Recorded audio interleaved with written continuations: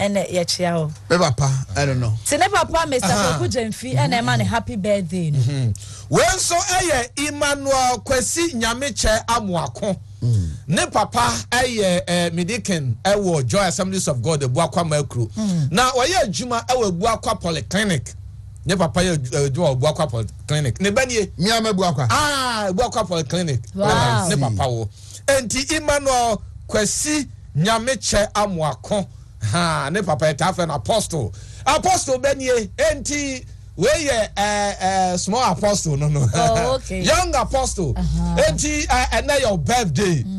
Happy birthday. Nyame onka ho wate. Onka ho ono ma me na no papa. All right, somebody. E ba try e papa, me ba try ba ku ni.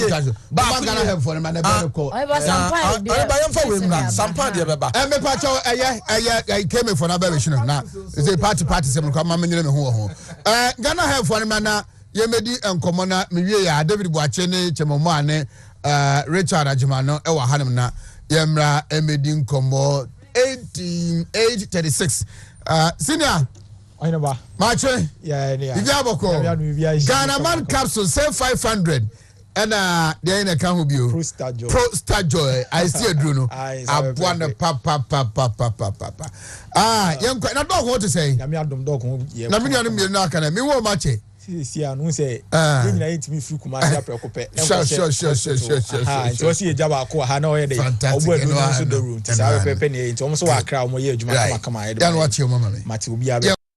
Nene ni gise man na mani je anopa yi because me ti say o interview Dr. Penny Bako anopa no what can about stroke.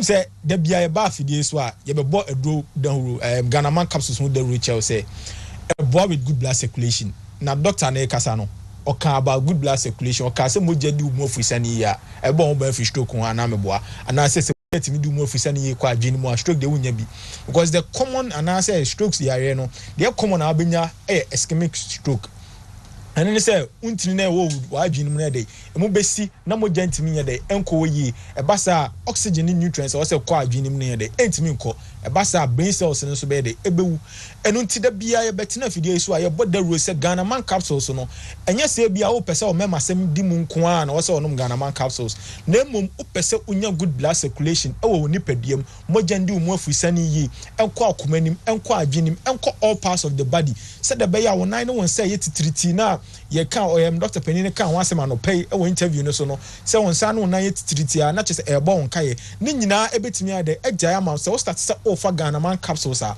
wo nan no on sa na ye titriti no ni nyina e begya because yesin nitric oxide we ni padua no ofa Ghana man capsules a e vasodilator sa nitric oxide no e vasodilator enti say bi a fat bi ana say nyoma bi ana blood clot bi na ama wuntini ni masia because nitric oxide near vasodilator na onom Ghana man capsules no eba woni padua ni mu mo no enti no ebebo ma wuntini ni ma bia ma moja na timie de furisa ni yie enti say ntini na bia emu asi na moja ntimi nko a ofa Ghana man capsules a because nitric oxide na be release in your body no ebeboa ama wuntini no abie na moja atimi ade ade afurisa ne enti say emu asimpo a ntini be ade ebebie na say fan say bia wo de tube bia sheta tap pipe no na wo de won say amia kakra amia tube ne kakra enso ni timi de emayi na mom uyi wonsa na mu bia enso ni timi de eba kama ede ma sa enetie unya na Ghana man capsules ni bi na wo no ma ebeboa ama moja edi mo afusani yi ebeboa ama nitric oxide no release more na wuntini no mabie na moja timi ade edi afusani yi akwa adwenim na won so and result into stroke enti ye ba fidie so na ye bo adwo dawura anya se bia Ghana Health Therapeutics ye betina fidie so kese se ye bo adwo dawura sa akeke ne aso ye de bi ye pese wonya wapomuden eno nti na Ghana Health Therapeutics for ye de ye gen Ghana for no edro bia ye badwa so bia no ye wapomuden ne ye de ye gene ho because besa wonya apomuden mapa na ade de utimi die wonyuma because apomuden no wo ho a wajuma be de ebekoso ade ama onka fie ontina fie yare nka wonto eno nti ene ye adu papa de ba edwa so se montuto bi ana moma monsanka bi na mo anenyi mu problems ye de every or informal it's a enanopa wutie Dr. Penny na stroke ena ye no wudi asie ana se opese obon oban free stroke ho a hwehwe adro Ghana man capsules no numbi na mo na moja ntiw no mo afisa ne yie na result into stroke na moja enko adwini moja enko akomanim na result into stroke ekọ akomanim a na heart ni mu a ebebo ho ban afi heart attack enso ye de eho enti Ghana capsules de enye memma duro bia keke sa enye duro keke se wo nom ama sebe wo memma sem na di mu yie ade ama wo memma sem ni bedi yie ade ama wo na emom awose wonya ana unya we improve good blood circulation e wo ni padiem enti hwehwe eduro Ghana capsules oba bema obetimi anom good blood circulation no enye memma nkwa ne hia ema mu hia good blood circulation ni bi oba nso stroke etimi ye de e kan oto enti enma enchen ema o ha ne ma hwehwe eduro Ghana capsules oba bema nunum bi na mo ho ban every stroke yarewa no prostate joy eduro a memma edu prostate de bia ye ka ye se prostate yarewa no miensa na memma ho na prostate ho na makwa na de ewo na prostate yarewa na miensa ye were infections and prostatitis ye were enlargement of the prostate and ye kokram de prostate cancer na de common na bema wo be experience enlargement of the prostate.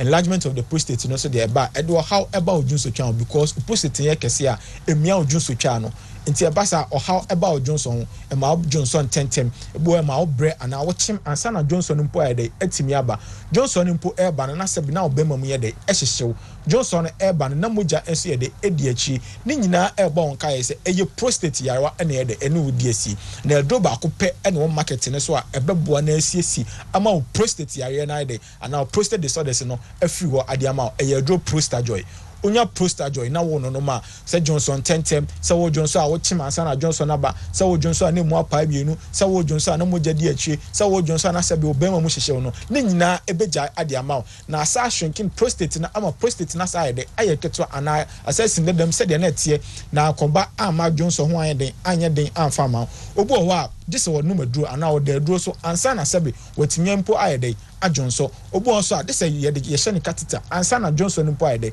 atimi aba onya control of his bladder adai na ama how we ayeden atena also emreku a prostate joy all market ne so a ye bufa so to enonom na ebo ye ho ban afri prostate disorders on it's a utie me na on pese prostate yarewa no ene obedi asia hwehwe eduro prostate joy nunumbi na siesio na mo ho ban afri prostate yarewa so we o how nimpo a obetimi anom prostate joy for treatment and wa woni o how nimpo obetimi anom prostate joy for prevention enti prostate joy de enye prostate do bia keke nunumbi na mo anangi infections of the prostate ye de ensam free o enye de enfama enti prostate joy de entoto na se mo ya hye mo catheter ye nua mema no mo ya hye mo catheter na mo bre amuntimi ye de enwonso no Executive Prostate Center yaba adiamamo Executive Prostate Center yaba adiamamo mututu mrika na mumra Executive Prostate Center mo ba ye beboa mo na within 1 month no u catheter no ye be yi afiro adiamamo onso betimi adwonso freely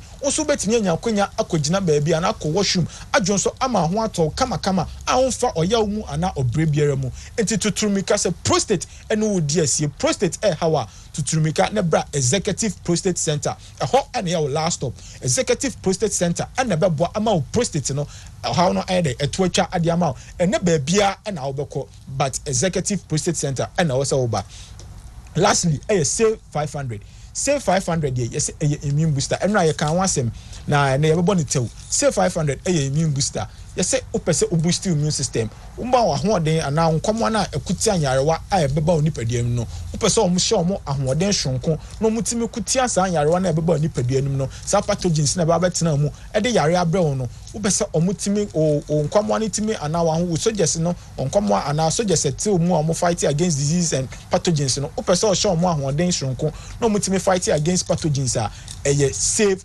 500 and now also the one on boost immune system na the amount kama na ama na hoden shronko na ko atia pathogens bia ne microbes bia na beba betan nipadia no de yare bebrɛ no onum save 500 a ɛhyɛ immunity na ma immunity no ahoden shronko ma immune system na ahoden shronko na ko atia sa pathogens and microbes no na aduro na nkasa esa contain antimicrobial properties and am say nubna na de ye no na no aduro na nkasa sa work on infections na abetena also ache no infections na atena also a wako a enye dey enko no say syphilis say gonorrhea say chlamydia say herpes say genital wax atena onsa ensansa bi na agugu wa himfie o sebe wa himfie na sebe insufin efiri oba enkabone efiri oba ne nyina eye infections eye say 500 and ebe kwati asa yarewa we adiama because ebe boost immune system no na immune system na nya hoden shonko ade akwatia nyarewa no na adro na ankasa because e contain antimicrobial properties ni ntino eno so ade eye infections no ho adwuma adiama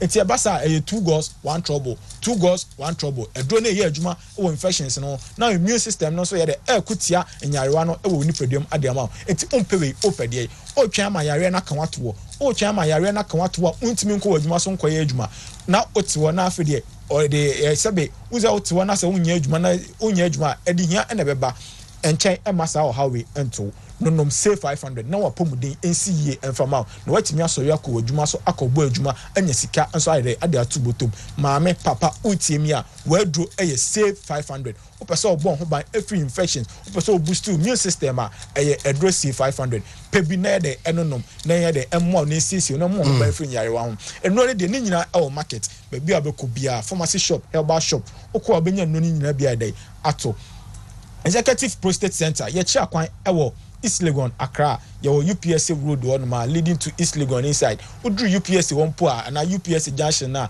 your billboards no started from UPS junction e be lead you na follow billboards na e be lead you to the hospital straight onyira akwan and na so de udru mpo na se wo de e bia wo mpese wo de obehwe billboard wo pese obisa pe akwala opani o beso nsa edo aba Executive Prostate Center oba enye prostate nkwa na ye de yehwe wo ho sese be why be ma why mre wo mpam yehwe ni nyina ewo ho male and female infertility ni nyina yehwe ewo ho say diabetes say hypertension ni nyina yehwe ewo yaso ye ho entinye se ye prostate nkwa na ye de yehwe wo ho yare bia na ene udi asie no ana how bia na wo fam no tutumrika ne bra Executive Prostate Center ye beje wo feso no ya de ya boaw ajiwo how ana ye yare na ye de afiro adiama na numbers a ye de ye adwuma no be de betudwa na wo pe adroni bia ton so a wo be frɛ ne ya chew bia benya adroni mi so ya de ato o how bi na wo fam nchemu bi na wo pe a frɛ numbers ye benya abocha ajo so ne yeso ama nchemu ama so wani timi ya de age na so timi ya de anyo to numbers no e 0244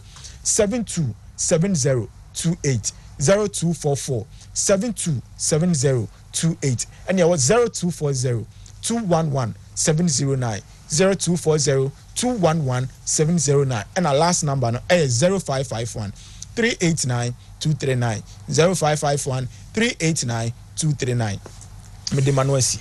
Good. But I say David Wache Eba Chairman Kofi Owusu Oma Eba Miniar Richard Ajiman Enso Eba. You cannot crack.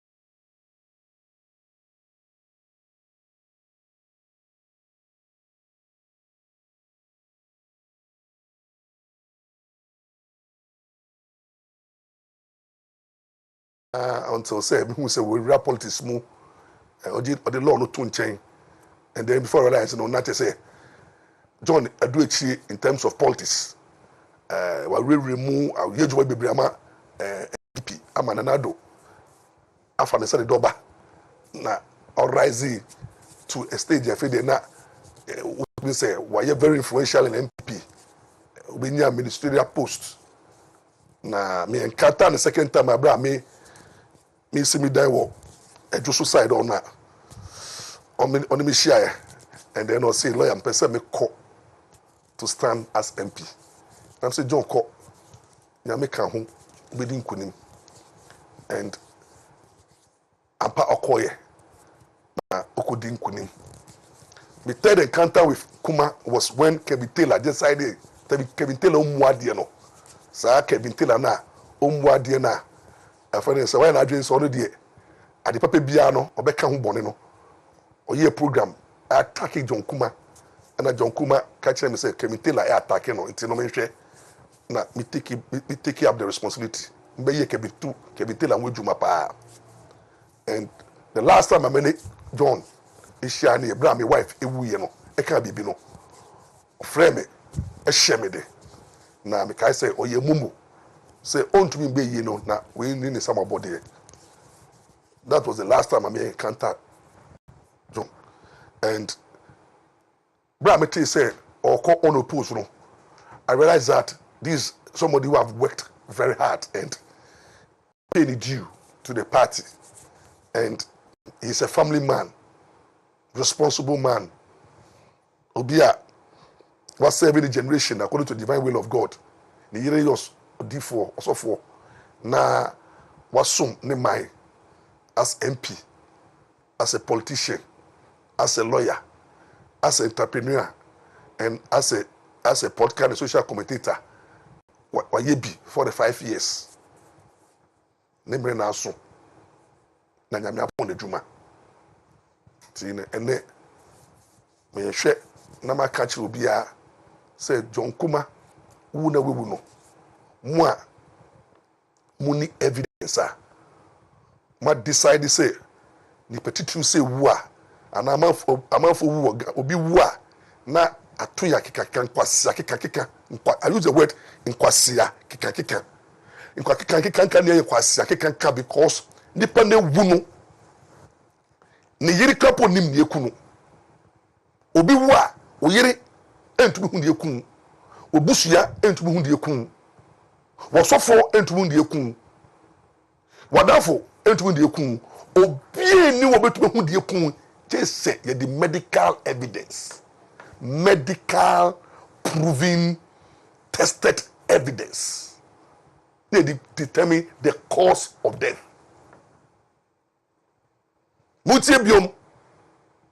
So obewa, there is a procedure. Law no say within 24 hours, and within 72 hours, another 3 days or so. No, we have been for the post-mortem autopsy reports. Ebusiano requested say yem pipeline no na yem establish the possible cause of death. And no need to be the court catch a court to say nipa no ewu enti corona report na yakodi akwesi no report no court person who die kum no medically scientifically die kum no na court ejina no so na wa okay na wa ma corona ofene say corona report na wa ma akwan ma yotubi kosie no nti aden na John Kuma aka bebi na amanfo before John Kuma be wukura no na poison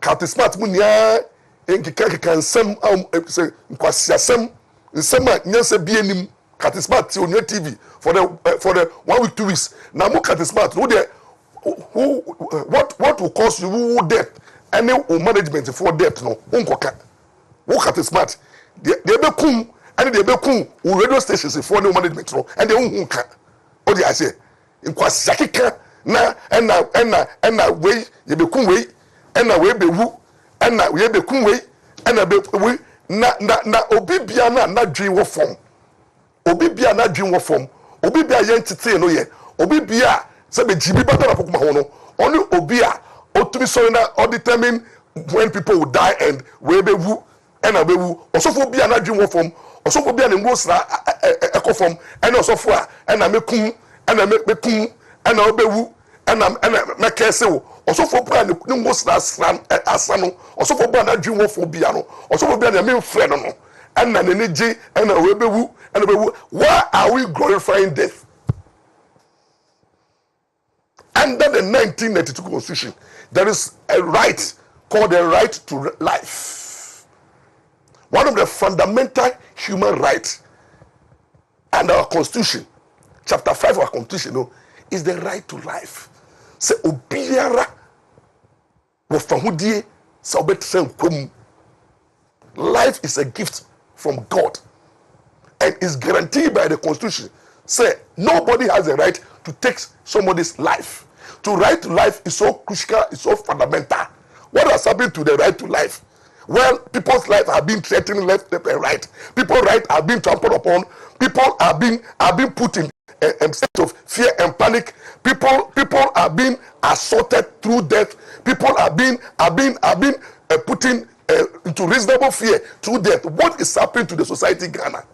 And again, I just type B. So I say, you're going for a war away there. I say, Obi, but one I say, Obi, the Jenny, Joanna, your appointment to Canada. Bedroom Canada, I say, okay. I'm saying, okay. David Boache. I've been to the doors. Yeah. It's even the beat. You have a Kwame and Chubusi. Oh, Yameho. Baby, yeah, very fine. Bruno East. Oh, Boko. And I'm not to say, Yama Gusopa, Guso. Chamai be here. Good. In fact, that's how we're now no number B. Wontumi Kumasi no region no one fire. Or fancy. Me hear you, master. Cautious or kakra. The Dabamian come on it to say, oh, especially Okasa ye. Onyama my phone yet you phone in our channel. Me Jidi say na yemu bi ewo Jide kese ewo His Excellency the Vice President mu say obetumi aye ahwade sonko. But that picture obemani mra ordinary suade hunu etudwa no. Ama yemu bi ehunu no differently. Completely. The ama ushia obi a na oye bi a party ba owo bi a bambu kakra.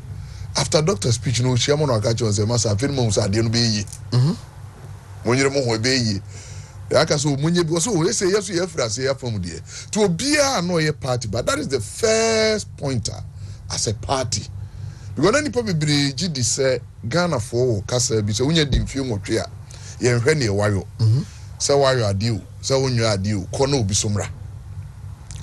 But from the day 4th November yeto flag bearership aba and a journal speech Dr. Baumia Mae na odi kire Ghana fo nyina say breaking the 8 nye MPP for kasa don pese Ghana fo hunu say MPP for kasa na mum eye Ghana kan kro kasa hona oma niema na President Kufuor ahihye ase yenya obi a woni President Kufuor eye adwene betoa so a kan ye nega na aduru no nyeni etu onu gidi se ye ka say breaking the 8 yes ya hotel sembi MPP for ka na mom ye break 8 amasa wo Ghana card apply for passport to bill now to fear the passport abrel ne ya hihye aduru no ne ya ka ne se beduru ho se MPP edi nkunim biwa Ghana beduru ho ye break 8 amane ayose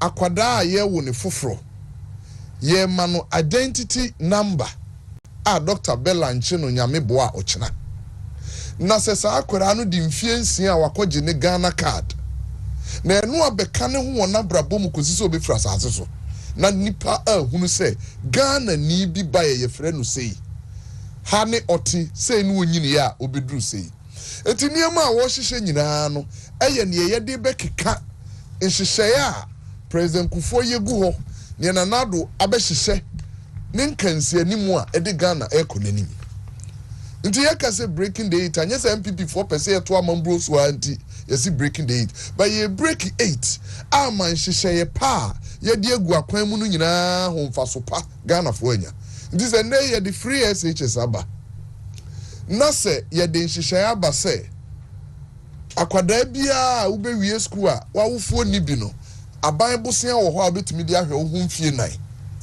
enye ntimu nwie ye break 8 na mana ba sitina be ye department a obi a wo free school ase class 1 sabi wodu kwanso na wo fo nyina akura free mu a o wani da so o manum se obi wie da achepa bi eno ye the reason why ye ka say ye be break the 8 eno ye mbabi a ye dru se ne obi e ko ba bi a Dr. Baumia na di e-switch by or Bank of Ghana. Yeah. Ofri ho e-switch antimi a metena ase bi o Ghana for mayen rem free saade we. E-switch ya de baako a na be bo man yi sikasem a ye introduce ye nam sa aban sesan baye. Na aban a oba ada se na ninye ho ana wonim ho nimde. Nti e-switch ene ya de baako a e baye a na be bo ye sikasem so antumi anyini wo man num. Dinipa bebre am form ho anto e-switch so. Ena nei yɛde mobile money interoperability aba ade a da bia me ka sɛ Ghana for wɔn kae a ɛsisi egyina so ɛde da Dr. Bawumia ase ne yɛnya gidie wɔ ne mu so obetumi aboye sikasɛm ho ban ɛne ade a nanka John Dramani Mahama ne naban ɛde $1.2 billion na ɛyɔ na nneɛma a ɛwɔ mu no nuru ne ɛnɛ yahwɛ na Dr. Bawumia beduru ɔka sɛ daabi saa deɛ wei deɛ ɛyɛ kronobotia ɔman no muntwam Bank of Ghana for tie na futuo twam sentence which for the Ghana bank ko gina court International Court of Arbitration so omo pay $490 million omo nya adwuma bia mayo omo contract here to omo pay $490 million nyame di oman ho afofi mampanyina ban gina brane ye kontokwa ma ye kodi nkunim ema wiase court kese ka kire omo se munyi Ghana ni contract bia krono na nka mokobo omo to oman no ehu yenko ye bedru ye no ade anka John Dramani Mahama de $1.2 billion na ye no Dr. Bawumia de $4.5 million anu 5 million na du 10 na du 50 adru 100 adru 200 ya kasenke de ne da so 200 no na you 1 billion ye de save Ghana dabi ye de $4.5 million the first day Dr. Bawumia making this statement in public UCC public lecture sa same lecture na make kire so ka say Ghana ekononim no ye nko pre passport bill what you fie ye the passport bebrel ho no kire ye say o mo divide the Ghana into 16.4 million square na ba bia wugina biara say ye nsuom say ye forest mu say ye car kwanso say ye wo fie or your office wo number unique identity number na ye ntiase e bae enei Ghana ni bia gina ba bia ukura unique identity number nei wo Ghana card o ka kire say no so ba no be facilitate akika esi ani yenwe di e break 8 aka esi ani ama Ghana page free travel bia ye wom ai na ye ni na so se ebeduru o samre akuduru ho eno na ama ne sabi opposition leader kura ye confuse adwuma aban ayo ogina ba bia no wo promise so obedura wo the Wi-Fi beko senior highs Aba introduce Wi-Fi in senior highs in 2018. 740 senior highs, 261 municipal and district education offices, 16 regional education offices, 46 colleges of education, 13 government state-owned universities. Ninyina na udru ha Wi-Fi ejuma fi Ghana buy ni tua na wanya so so na say opposition leaders will be dura enu ye niema a esinani so obeyo no bi na ot mind na a major project like this ebo anwumasua obi a we the president da what opposition 7 years awura mfie nwotwim bosume miensam wasi campaign field awoyo wonim say abanya yo saade we na say mine no nka ho good Maba also na ye ranso ni mi pa senior Richard Ajiman or a senior party communicator or a boy for mapa the venerable honorable Oseiche Mensa Bunsu MP for Swami Zira Mache now here you look classy. And then because you do do chairman do do so the guys me chef food no because I never just mention or say I mention come up yeah my friend chairman busuafo ya share mo dem wa me regional secretary and me chairman my friend chairman mo Fanchiama wa Suminia. Inia, Mami Fanchiama, Nanado Danko Kufuado, Ghana Mampini, Media Macase, when you Moses are Oba Wayabri, where Abraham Moses school is right for free in Kwasumu, and when me dream as so.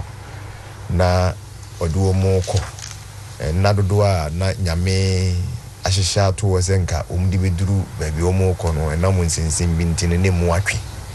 Afi, Inipanoa, no one Kwasumua. Owa ne bakan kola obitimi woda se yinkunu no na omo esunse na omo wonko asommo no mpono na ye wohwe akokodua na ado danko akufuado de befa Ghana 2017 oman na bibia jinsemo yenyumegu yentimi nso kanea kese bibia nye yeti ahukiri mu no na yenu adwondramani maama ya ka kire sese pa de pa yentu abode enu nyina echi na adodan kwa kufu ado befae so man ni mu ema oman ne hawo amane a ne da yenso wose meyi efiri wo makomako akuku drum eniema obi na ese ye twero no wo Ghana constitution mu from 1960 say ye be free education.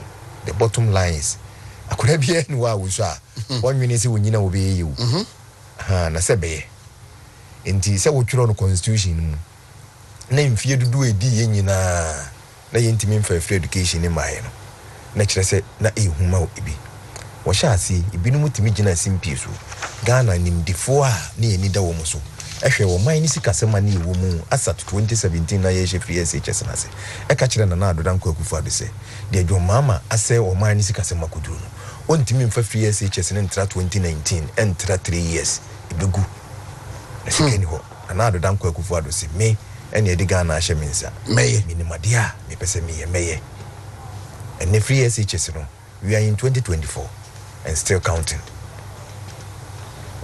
na empanyine ka se ehu ikumbema don hiri bibidanza no anka se ehu a na ato Ghana so ato amanfo so akandifo bibire so a o manfa free SHS na amba na uyi Ghana fo dubia ne mmotwe eye toneton oyene ba wote baabi o man ni koduru ye no na uyi nipa dua mako du emu nwotwe ekoto ade na o mabeton na o man no na abo o man bie ni ho a etu mpon wo wiase a ye chechire ni sa o man bie ni wiase a etu mpon a ye so o man we die uko Germany nipa dodo se na ye toneton uko US nipa dodo se na ye toneton uko UK nipa dodo se na ye toneton if you say oh yes external shock kakre bi ba na the problem ya then the problem aba ti na wo see titi ye ma no ye mabunu no ye da achefo no say umbenya nsa no adwuma umbenya nimdia se koba se wo ha wo ba wiase a wiase be depend wo yen yesumum na yen depend wo other countries so na adodan kwa kufu ado as if he was a prophet what is anima we nyina go kwam wo wie no se metitin kura we no mama yenye one district one factory said de be ya enkura ni bedura umbeba beduru na wo how bia wo sa implementation of one district one factory no na nkakra ya overcome na grow na nya ba bia me mabu na nya adwuma ai we know how our fato no so na obi a wo ye leader bia no bruni say you step out of your comfort zone se wote wana ase wo hoto wododoa ko pa ma ni bibra na wa ankasa ha ase se wo so obi obeka se Ghana ye ha wadoso inti wo mining koyi no ontia memuase e wo liberal word a buying problem a opportunity for entrepreneurs to get money inti abaye yakasi ada na mane e doso abaya mane e doso a na businessman nyeska because abaya mane ye solve the nyeska wow abaya mane yes ye solve abaya mane ye sika e ma obi anani abre aduane ni free SHS a problem for government. Yes, it's an opportunity for somebody entrepreneurs to make money. Why is SWOT analysis that? Yeah, opportunities and threats. The threats are coming from government. The threats are the challenges that are coming from government. It is opportunity for entrepreneurs. If indeed we a liberal-minded person, or we a classical liberal, now what did your mind ebu? Till I cover the buy one pempam nose mask. Hand sanitizer. Abaya breza ngofo yare no. No so to hand minimum pass of go hanuma COVID kwa on hand sanitizer yenton na hano and the worst of it me I say oh jai knows mass ya me ato ne hano at the certain because how na ba no onu odi very good it is what train when nipa no population no more mind no in such a way say na pharmacists do so na ye won krofo anu mutimi ye vaccine et say na adodan kwakufu adwesi vaccine center na enka COVID no nke be repo benefit because time na ye ko Germany akope vaccine na European Union say na provide funding in this woman nya bia ma ye bi na ye bre we have to fall on secondary party and san ye nya bi no na nka vaccine no na nka Germany for be ba beto no Ghana. That is the reason why na adodan kwakufu ado say yen train human resource because yen ko ye ni nipa enti saa kokoduro no ana na adodankwa akufo ado nyae no me say emfa ho ne kasa e wokurum emfa ho ne ya enipa beka na adodankwa akufo ado wo ye Moses a wo ba wo ya brem ma memfa nchia ema MPP e ba no deni ene the vice president of the republic the digital Bawumia Alhaji Dr. Mahmoud Bawumia meka amagana fo nyina ati amanya abawiase nyina amampanyi nyina beyibi obia ba obeye kakra ebinum abonde enso anye die ya nipa bonefo mpo obinya ne kaida kakra nanso so oman bia atumpon wo wiase bia no ye wo mampanyi ba ko a oman ni boni dia omusole akonwa so fise ono na breso die boye bi pa Mrs. Ghana for eye yadom na omuhu Alhaji Dr. Mahmoud Bawumia mobo na omu de ne bisi abenwa no so in January 7th 2025 ansa na obi wie ne term every so no Dr. Bawumia ebe yo mampanyini a Ghana for iremfini da me nkroma abreso bepim ne yebebu ne din asole akonwa so if you say yitimi koyi leaders ensonso ye eda obi a wo ye manager and will be a leader ano in our quest to select leaders no in most cases near queen manager. Now unfortunately a leader can be a manager but a manager cannot be a leader.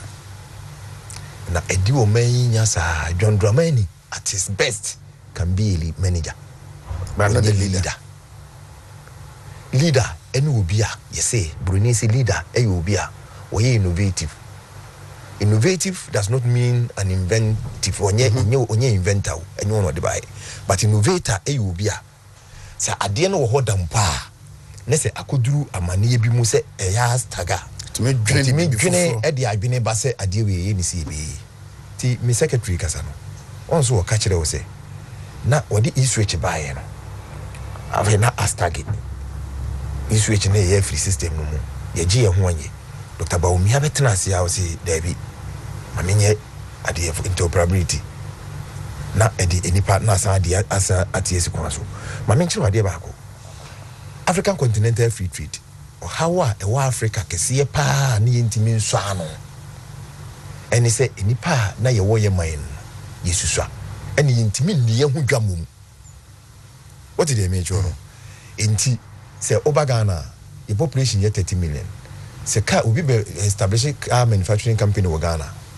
na obi establish car manufacturing company e wo Nigeria will population of about 175 million almost 200 million assuming say omunyina obi a 10% market share it is say oto oya ade ni ya 10% of the population and bitimi ato the whole Nigeria no enipa 17.5 million and o mo bitimi ato ne ka in a year the whole Ghana no ye 30 million 3 million and to face a company we me no air compete e wo marketer why dey na be survive within the twinkle of an eye open say Ghana ni de no egu na Nigeria ni timi de ne de ne ba Ghana ebeton because say ono no ni de no ye to ni bebere no ultimate sika expand so was that the idea no intercontinental free trade na necessary ye shall see in 2008 Africa Continental Free Trade no be o ka che o see shall see in 2012 we are obo in 2008 any year agency be African Continental Free Trade yema criteria convergent criteria miensa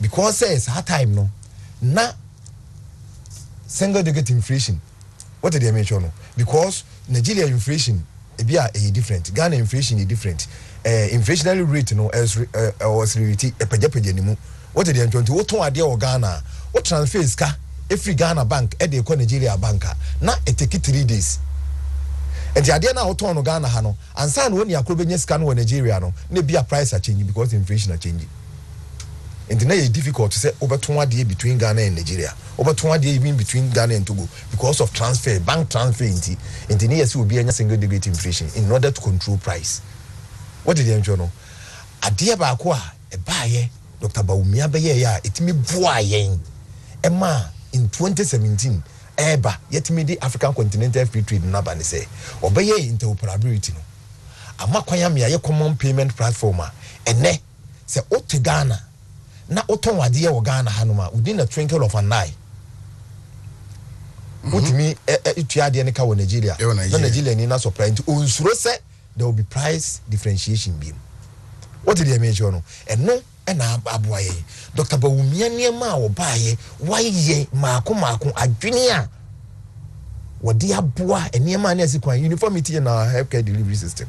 Ye ba wi ase beto ye nananom nyina. Esu a yesu anya aban baako na oba no wokọ wonu wu ye ene yesi na doctor ohonzu no onya moja ene wo ye say it's not because say na ye nkura say na medical care no na ni ho na wo ho but na ye ntimi supply wo mo with niema wo so mfanya adwuma. A medical doctor dey so we school when you majuma Dr. Bawumia betina ase na adotam kwakufu adoba no say yemfa ambulance. Dr. Bawumia shidin was ambulance traveling hours saying ofri adum to Tamale 6 hours. Obede na wetimi akodu na was save nipa no yenkoye drones na ebro adwene ne ntiase so that is innovation. Any part ti wono maybe could I can say wo person de be hwehwe se be ma ho ntira ene saa de no obi wo worker obi e Tamale drone timi supply enuro ema medical officers na omo ho no enya hospital table mienu no omo ka bo ho de nipa no to so isibu no. It tells you say when the equipment and the human resources are a dying and casual. Okay, enti Alhaji Dr. Mahmoud Bawumia say yebebo ni din e de asori akonwa so se Ghana for ye na dom ne so aba mama na ma memfa nchiama honorable say chi mensa bonsu leader once a leader always a leader. My emwa wo de aboy minchi etwato ma memfa ma eye Mr. Bernard and Pibosiako Kwame Pibosiako, the regional chairman of NPP in Ashanti region. Good. Not only the regional chairman, I am telling you many Freddy was anti-member.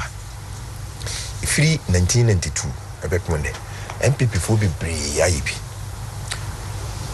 commitment say inipa ya amfama ediye adwumama New Patriotic Party ama asanteman nyina akora penyini obiya bi na no a wo odo aidin abeto ano say woka MPP dia mamemfa situating the pasimesi if there is a challenger e wa Ashanti regional opo na ne mwede Ghana den Pibosiako baby anya MPP for ne ye kan unim say ni station where wa hanom MPP ni bi o wa Ashanti region bi anim say ne dia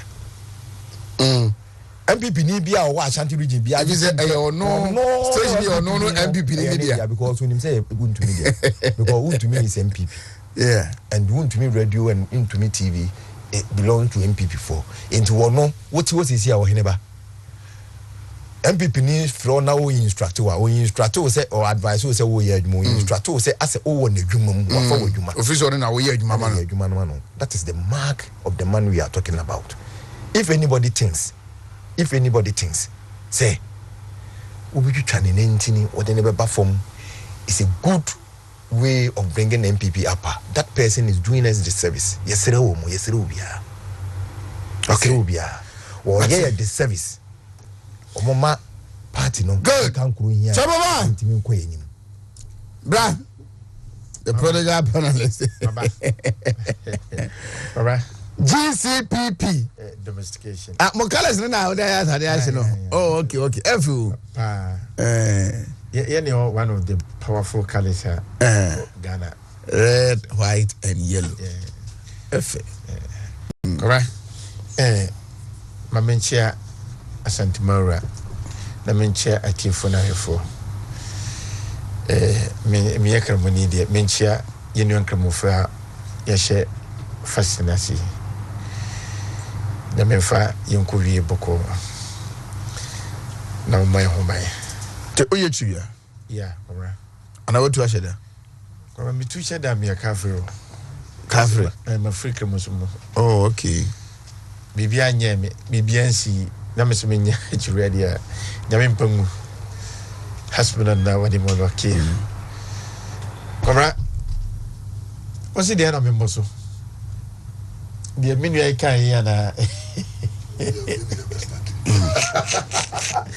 We no encommon ebesi leadership, and then in times that a country or organization our challenges na ope kandinia me pe ajimade ne pa or say you don't look for a manager but go for a leader. Yes. A good leader. Yes. Ghana yenyina eti to say be gina sesiei ke atwam wo hanke pe. And especially COVID iba e kwampo ne mamu asa den kakra. But a dinner eba, especially the NDC yi candidate, MPP yi omu de Kofi Apollo nam ho, ono so ebo no to ane ne kere nko so obesa aba GCP before afena mo be mu de. Enti de mu ina be gu nsane ani. Anase be fa huhu amwa. Ne de huhu mo so. Ne yi mu aduane pa a eye leader no, afri ntete a eye manager no emu. Na sa nkobo no mu ne nyina ediri na no pay say se duru sa abere na se Ghana for koto santene akoyi kanini na enyema weni a asumasi obente Kwame Kwaku yaw kwasi ayenti no wei ene be leader na mbom wei de muyi na obe manager kama em se me ko basem so no dedika mande me ba na menu Richard ni ya yeah na David susu eni ha o me boss o za David we me boss no and David susu na some for those o me some no oh me boss no Baba on say o ma sem no nyina me kan ho Monday na NDC fo mu ni a o matiko apai I said it say a players and I see a team near bo league kwabra e krobia nim team papa o de be ka tia say and e krobia so nim say we on a key player home but the nya ma nko ammo because agrodo Chelsea nyina ye mobi sana no sana me ka no ha enke de nim do player home a e fata sanke manoko but esa se nia di wa ko dwon ana se jatum se nyina e baba friend de yes obi ababi ena eno ye Richard de ena minua your friend say David said so kan me ka say oh David when ye ne buy enterprise you see your leadership come enye easy o enoma eya busuo eye kuo eye asofu semu eye limamu semu se ya hindio bibia mu your manager and your leader so konya manager no monya leader ekonu ntimi nyina sane ya didimu a minu mu ya adwene no ma bebre o ndo ka minu mu ya adwene koma susu ampase nipa wonimu no yesi yenso ka ne anwene ehwene ni manager anaju qualities a woni mu nyina be pie parties ni nyina ye nyina ye hye ekọ abato no nanu me veteran aka say it's only GCPP and the programs and policies ebet must stand in front of MPP when it comes to Dr. Mahmoud Bawumia and this for so many anya problem so come can say come can say MPP and David min can say and this moment ebet must stand in front of them. No ye nim that was 2020 near wahane ye church in some na me see because of Dr. Mahmoud Bawumia the whole world across the globe vice president be funny difficult go be abso hu de wo so ye that's it and up agogo na we ewiase nyina na we the most vibrant vice president obiase obi a wama vice president ahwa aya akono obi a wama vice president onim say vice president adwuma no amu no young Africans no and sometimes ye manipulate sa we no enti ayo say master and boy but when they said we say dedicated no ana said we say yi no ho awa agronum enti edu say ye be kwa kan sie mi na se nipa ka se oba bia kwabna no matter say do be sie bia no nipa no will stand tall. That's the fact in politics. Siasia per se Ghana kwani mu a and no to tell the Ghanaians the truth. Wahunu etie ebeko your friends your race ni nyina no you the better ones, you the good ones, and you will be akra no a omo no ma but over here ubehu nipa stand tall enti so MP before maybe the army who say do musi ton bo me an ko mun ton ye serious because senka yenya vice president fourth republic you bay so omu bay na no omu vibrancy etise Dr. Mahmoud Bomia kwabna me ka na senka kan e kwa ni more than this especially say ebeye say free 2016 2020 up to 2020 ni ebay ni ehwe o hia ye fan say o compare no the late Ebisata no more the same your friends say folder o nyina betisi your friends say politics never ni paro o wa chi na no more can no ba mu so o dedicate mu bi on say aduma no wati ase enye sa no kwa enti I think say true but say MP before or my leader you have to sell him nama Ghanaians the youth the market women omunchi ase no mu say Dr. Mahmoud Bomia onye nipa saa keke say Obama nyumu say ono so bepe leadership keke Obama nyumu say odi Ghana be kuba bi and indeed kwamra yenye nya akonya ya ebetu approve you but I'm telling you that man stop akonya ye dey yenye na obi anya akonya any vice president me ana no wala me say we are into politics who na akonya be prove am say obi akonya ye dey and I'm say any vice president no that be my case am sure alaya MC also ame me twemo MC yare na chairman no as I'm sitting here no say you can ethics in politics MPB o Ashanti region bia is under me sir ethics in politics say me control 47 constituency Jamaica that's politics say MP free e do no boss eje besabusi omu nyina dia under me let me tell you regional chairman o yes let me tell you one thing so omu free any akosi kro no regional chairman o admango menza regional chairman o you are a regional chairman I'm telling you omu free constituency no mo parliament omu fie ni ho but once India party ni dey Ashanti region ni dey oni ogboro I tell you but I say now yanko David Boache so na yantisi from na yengwa yankomonum ye housing for civil servants min kan sa woman was say abai na was say opa dem so what go mo no che asem no oh mati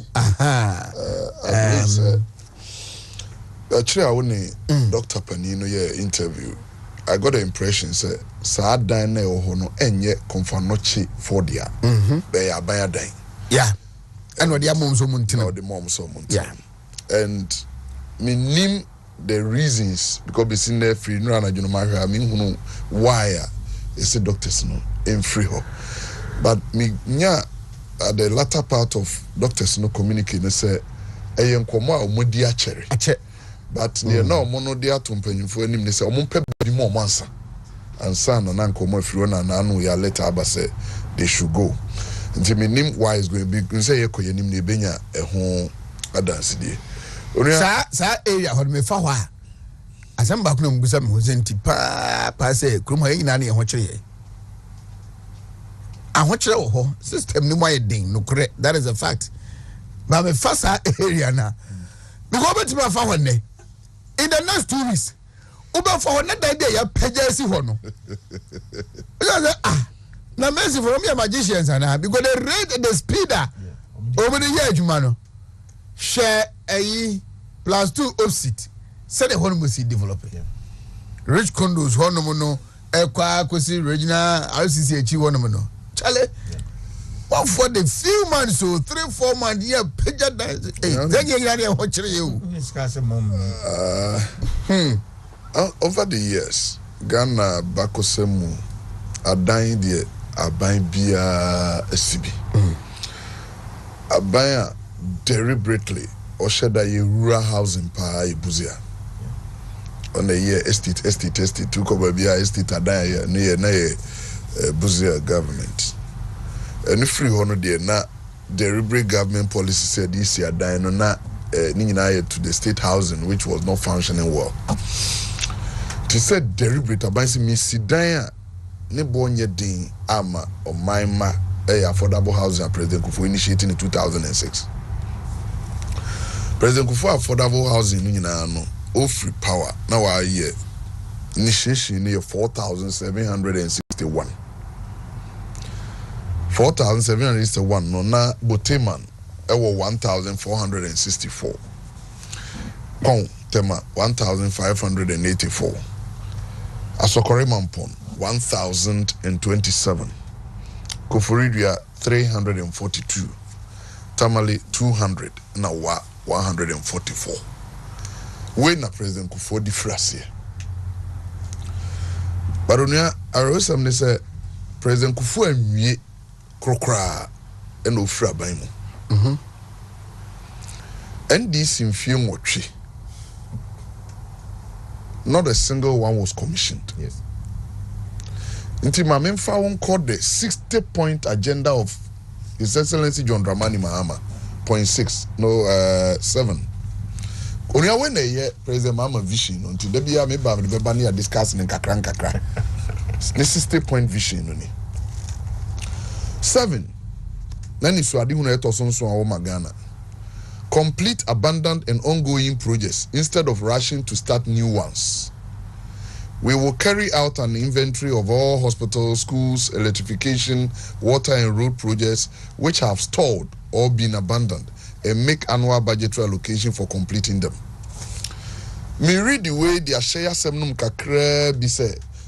Make dasu jinamina to say and say Ghana for what GD and then GD bakokra and Makane Mampani John Dramani Mahama. Because in the Fourth Republic, on a president and near more betusu, one you be kura, near previous presidents, a Johnny Honina, one twasu. This a neo Beshaya and Bossa Nani Swadi Hunuba, me Yagidio Nimu, because what the Mampany in Fienai. And met me a lot of examples. Obetuya from a champion time. Ne Konfanochi maternity block and anadu buegu. It was supposed to be a 750 bed ward. Champion CCO. Nanadu ne beto ya experts catcher and send your diner Bruno. To aso kra dino bibu. To muni nyina mu no si ne fofra ne was in a 400 bed maternity block. The building is full. Now I say me fan say completion or more. 2. Bekwai Hospital was started by the same Echampo. In the 70s, you drew hospital blocks, a better home story or honey in Amegada. President Sebe in abandon. President Kufuor Kohon Kakrebi, Professor Mons Kokati saw 2010, Senka for completion. Ofri wa John Mahama buy 4 years of John Mahama, not even one bag of cement in Odeko. Now the baby no 20 million euros. No, there be quite hospital and ne the pie war Patemu Amansia area benefited from it. Eurojet project and so and Kron near Ministry of Health dear Mochi, Ministry of Defense dear Bako. Your mama Kroya yes say on my defense dear 500 bed military hospital Emma Ashanti region what they call Tamale. Contract and catch is what Tamale cost no best sanji some this can be can or say any fan 37 ho or say how make us see no 37 land na canon so we force say nyam fan kwa santimemu never starting 2014 when timi anwie a single one of the 9 when we Eurojet project Eurojet 9 ojani na ho nanado abiemu 6 ye ka say 9 now odobeto so no we abiemu 6 but Memfanka once and Mastati Abubo Nanado Nanado in the history of the Fourth Republic and the Mampania near Ma Obeto Swanya or no Nayo where we do pa or G Ubishas our Nobeto our Dinsaka Atilis everyone to me say only Mampania why do a pa we be quiet my bama NMS 5 hospital projects. The mama Kojiska $175 million or the most $16 million koye survey so obe win it 2016 and now on win it. Near Kano hospital no kukure ni ho wie na ye kasei anadu awie kumawu is under testing. Yeah. Anadu awie formina is under testing. Abetifi is ongoing. Garu the mama anko ho kura tinanado de abesha under agenda 111 omoye. Ba no akoji huska. Today, as we talk, on that score, all the 5 will be completed in this year. As I said, for me, will video documentary or more The next, Kufuor housing projects. Professor Mos Betoso, your mama Betoso. Another time. As we talk, 686 for Kuforidia, Tamale and Wa. Any virus. Yeah. Omo department guso den dia omoyo. Share every kwafu krum ebesi apedwa junction. Dual carriage and another say Accra to Kumasi na ye the 2 major cities. Tien dualize rules no. Yenti accident so ye ma control no nyefo. President Kufuor frase eye one side the kura wanwie. NDC 8 years. One side na President Kufuor ye no. Not the other side, one side, 8 years NDC and it took Eastern regional chiefs to demonstrate for the first time in this country on the road side. Still, now the other side, I'm a nekwafu chrome to Apeja Junction, and fully constructed. Housing. Hona neyo. Yebesha daba Ministry of Housing. Time bobo niema kakrebi na wa hunu bisa me say Abanyi baye. Nanado bedwe first housing project aweye. A National Housing Mortgage Fund. Kenufuri tate. Tema Community 22. You see 204 houses. Second, a Pokuasi Police Village. 504 houses. Yeka say Pokuasi affordable housing. 8,000 houses. Ekoso under 3 contractors. Yeah. Naval base.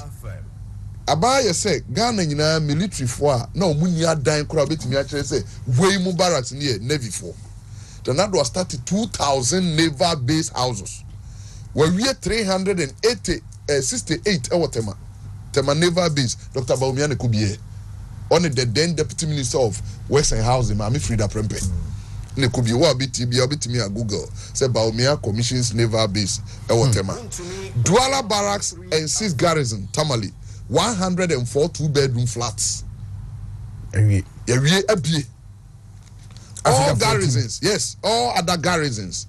1,052 2-bedrooms completed. All other garrisons. Your friend, barracks regeneration project. Nanado Ben or Lanchier. DNI for no money any apartments. Tema Abayansi 168 flats. Abi I'm a BNI for Dr. Baumiane BA. Ye Kasei Bema Camp.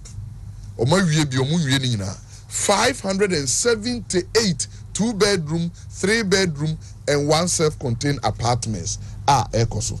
Makacho say no nye topic in there, but I'm just giving you the gist because yes I hope is housing.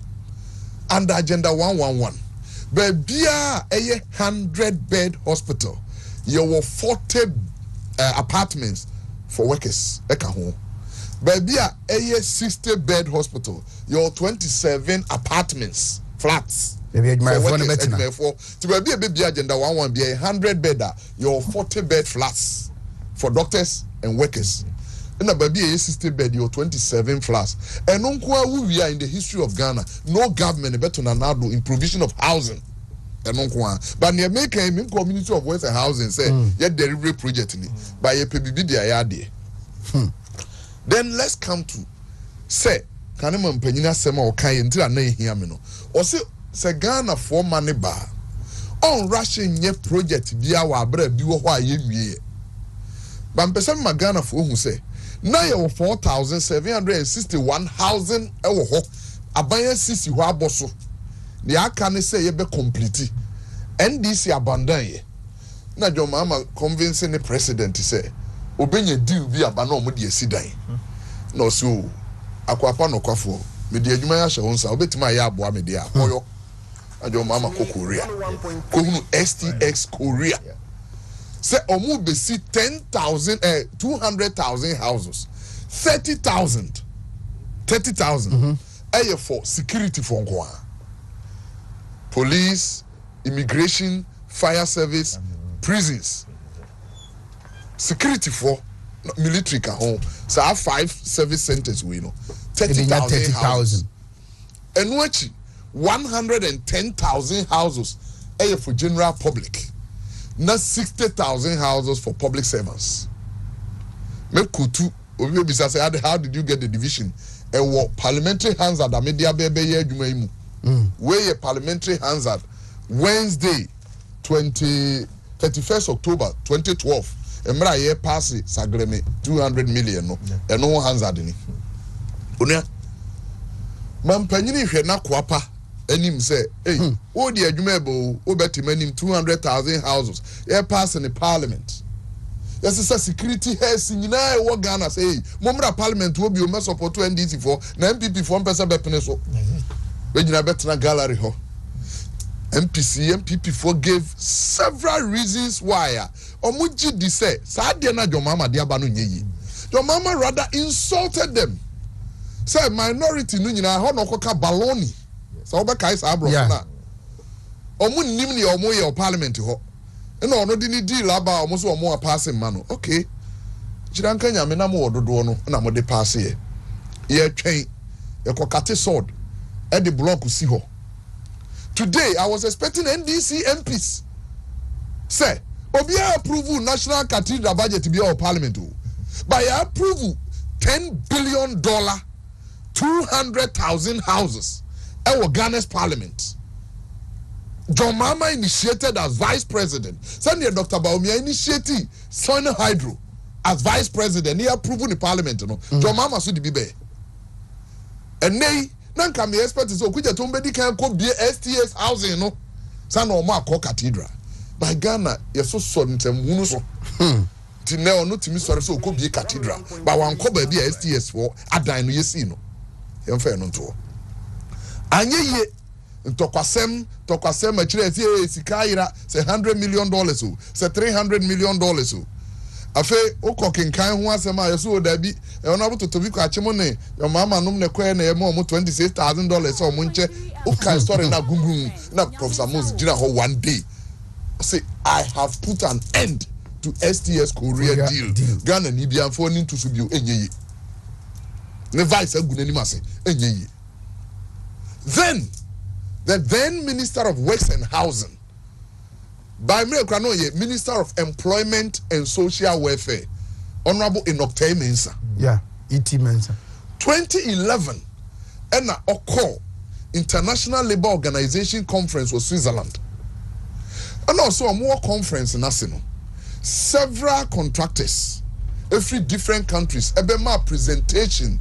So musi adai. Etiwa uhi omu ukromu no waji omu contact. In fact, enam say all free Ghana no ohun say ade ba ko a aha Professor Mills we say it means a contact yeah it means and Professor Mills here na do Mills do not say obey no pa but in it na see bia ade a okan ne regret in joining Ghana's politics from 1995 yes any guase na ne vice dia be kan wo STS Korea ho na ne ya ne so sisa Ghana service commanders nyina eko parliament eko cassette opposition for no mo pass mo na awere osema aba ti de bia mo tenase no kan wasem ti ono course a labor conference a okohunu say bibisa ho no no to ne nsa from mo say ne man Ghana here housing nti omo nyina so e the proposals na ba no also to am mo say they should write proposals to Ghana. So Ghana got 80 proposals. They are all in the Hansard. 80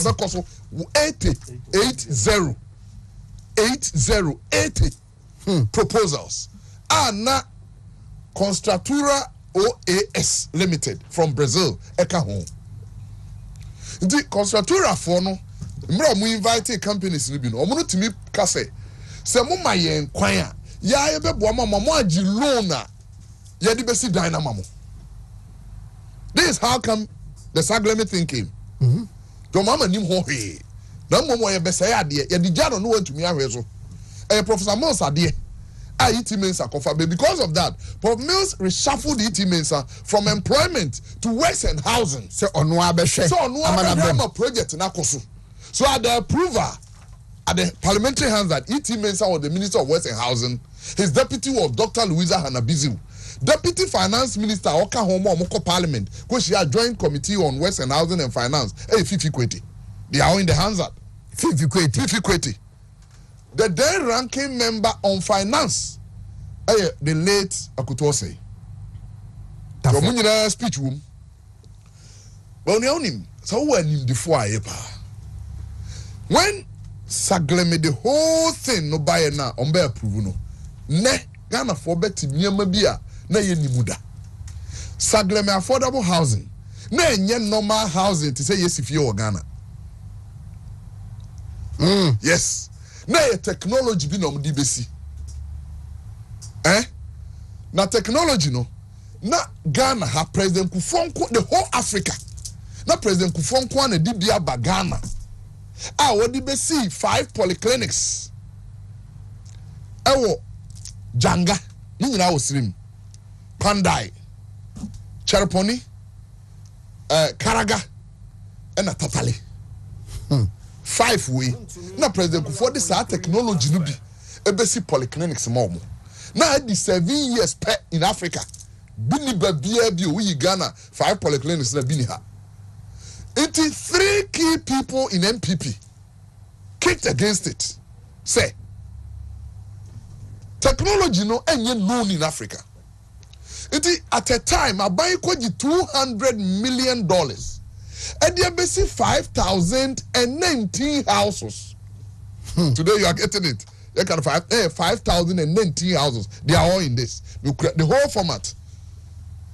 Now, wow, because you won't be that.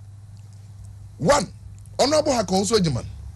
I said that 2 car campaigns because no or Works and Housing Committee no so. Yeah. To know him documents no. Echo pay details. To need debate in Parliament. Unim also I had that group Parliament 9:30 a.m. just because of Sagleme approval. But when they Parliament they are not just 7 p.m. But not Parliament to train. It's all in the hands of Hakonso Ejiman. I'll read some portions. Or say, Mr. Speaker, when him send me back no pay. But project ebe discussing hear me. Tina matna see ebe do say. Emro man kwan workers are now about 8. The workers and MPs no the ideas and wind up. It's all in the who's the parliament in the BCBR no. Answer catches is there. One, was it the technology for the project no? On one experience be in Europe. And now wa that South America wa ko hunu.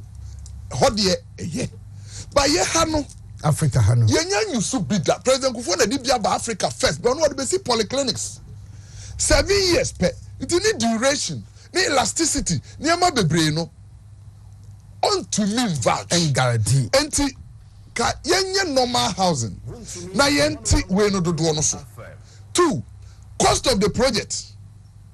Kuni monia na 1 2-bedroom apartment ba kumbia no. Excluding land. Excluding infrastructure, just loan no modi abanon ko modi page dynasty ho no. Na 2-bedroom apartment be $29,000. Then yes. Na 3-bedroom apartment $59,000. Hackman say ne boarding. Sabreno. To Ghana to me. Now the 2-bedroom no ba Ghana scam by dinner. Na 1.14 billion. Sabreno. Samre na CD $2 around 1 CD 90 pesos. Samre no will 1 CD 90 pesos. And also no ni boarding. No mo dey wind up. No wind up. Then leader sorry. Honorable say Chemisaboso. No also be say yes, they are all here. They say they are making Kenya remember the insight of what they said. Now mo we are near 80 men some be can say. So mo ton dan no nyina. Honorable say Chemisaboso can say. Ono say 1 cost no enye because ni ono kura no ne say 2-bedroom apartment $29 million adenti na $29,000 adenti na odi ba ko peka ho a 1 room per can one. 59. Example ko 50 something. Because rationally, Sunny say and say why now they have a can back can one then two or no dear ne expertise in planning no children say dan bia usivia cost of land and amenities at least 1/3 of the cost. The end factor say near 29 and near 59 no yan fa bia 1/3 into so the year 29 no we were looking at $40,000 at the end of the whole thing. Near year 59 no is getting to $65,000 at the end of everything. Into a more ye.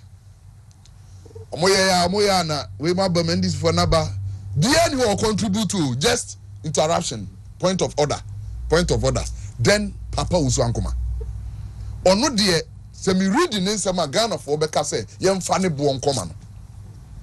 One, or say on TSC my fasa technology no, and since I dino, or a member of the committee, or can committee level to a deba plenary. To a come a speaker, say, or be a speaker. Say minister no, anaya a parliament hey. Say you be personal money no this idaya. Think obeyes had the $200 million.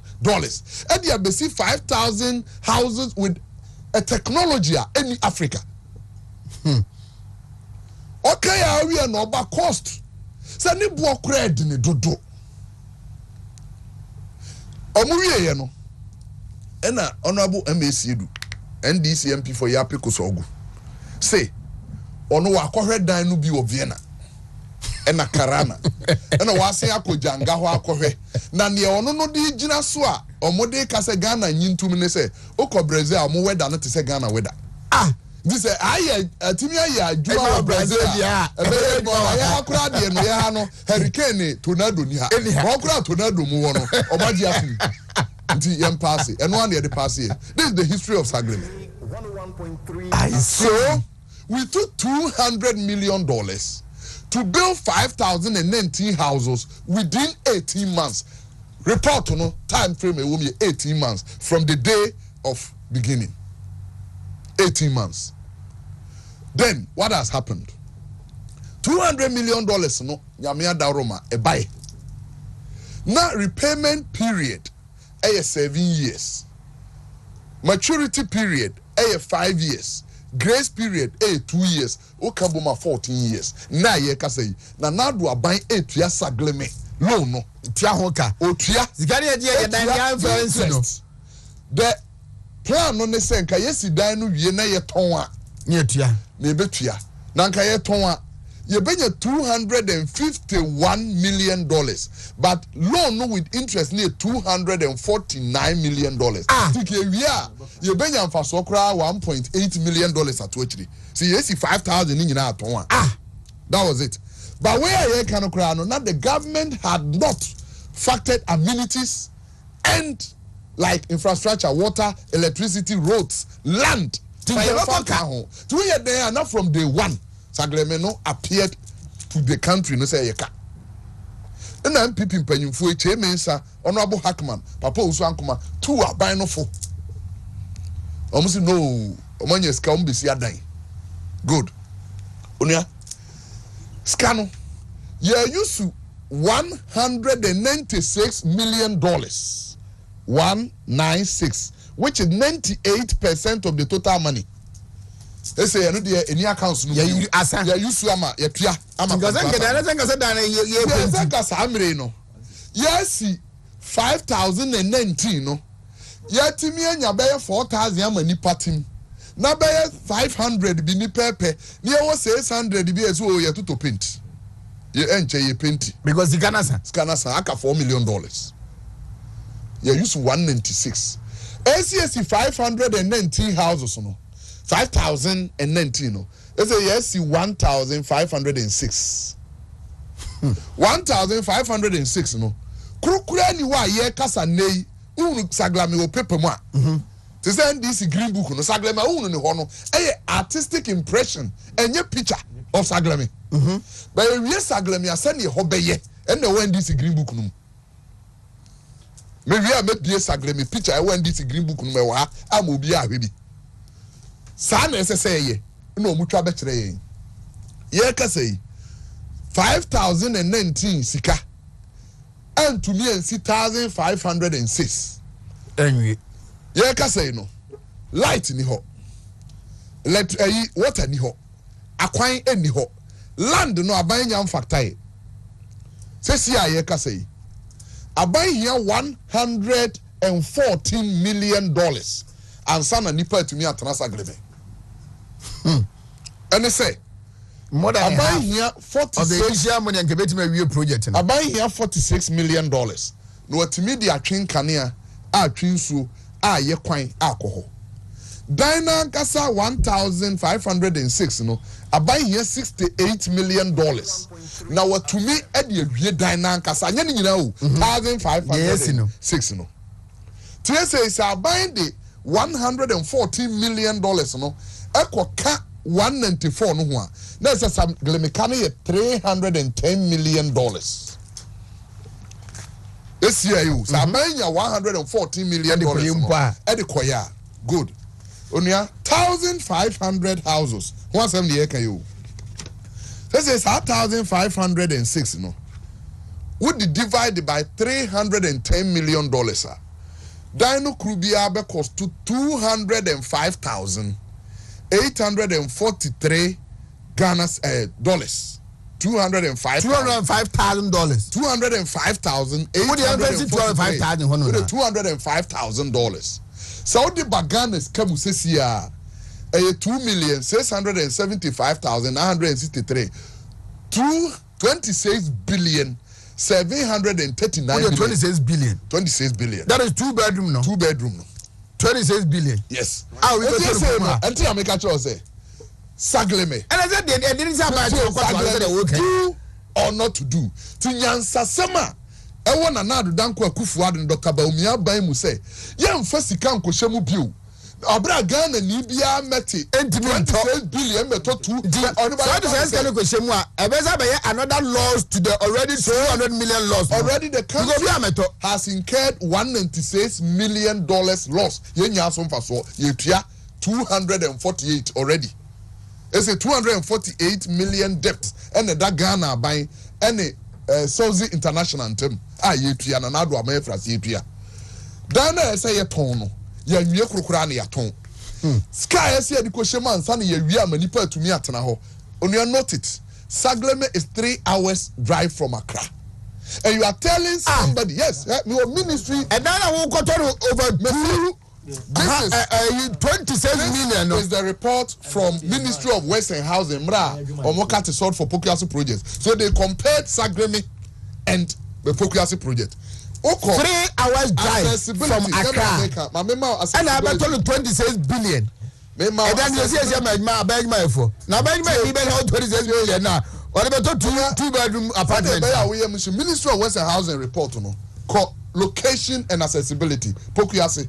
The Pokuase project is located in the Greater Accra region, and it is just a 30-minute drive from the town. Making it easily accessible for residents and offering proximity to essential services and facilities. Sagleme.